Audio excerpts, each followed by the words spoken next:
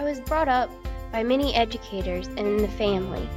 Therefore, children's books were all over the house, even if they were just dragged all over the floor as my chew toy.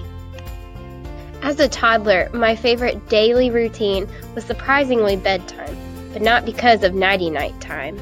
Every evening after my dad got off of work, he would come into my room, sit down on my great-grandma's wooden rocking chair, and ask me to pick out a book from the bookshelf that we would perform together that evening.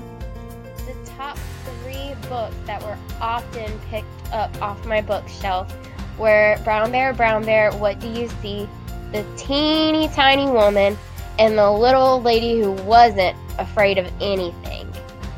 As I began to build my vocabulary, I started reading books to my brother, viewing myself as the teacher and him as my student.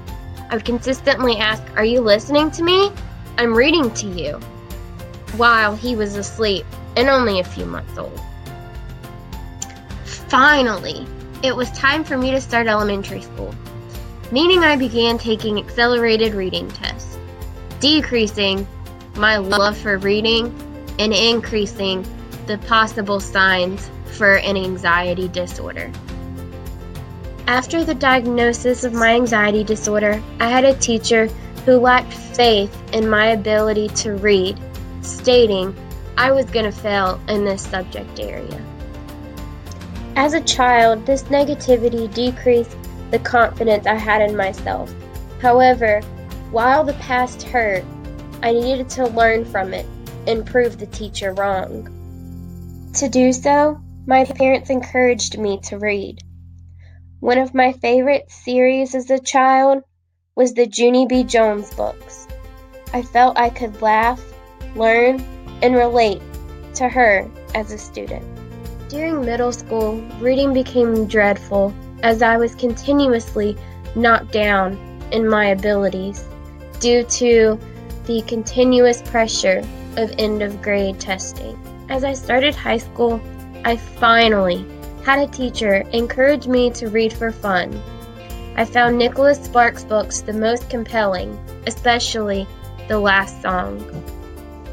One of my favorite morals of Nicholas Sparks was when he compared life to a piano, how the white keys represent happiness and the black show sadness.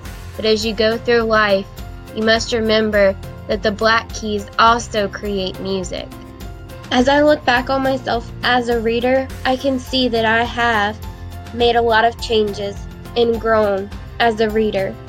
I've graduated top of my graduating class with all honors and now a student at NC State to be a math teacher. As Walt Disney says, all of our dreams come true if we have the courage to pursue them. I can finally say that I was able to prove that one teacher wrong with the encouragement of my family and the courage that I took to pursue my dream. I'm very excited to see where my teaching profession is going to take me, and I cannot wait for you to be along for the ride this year.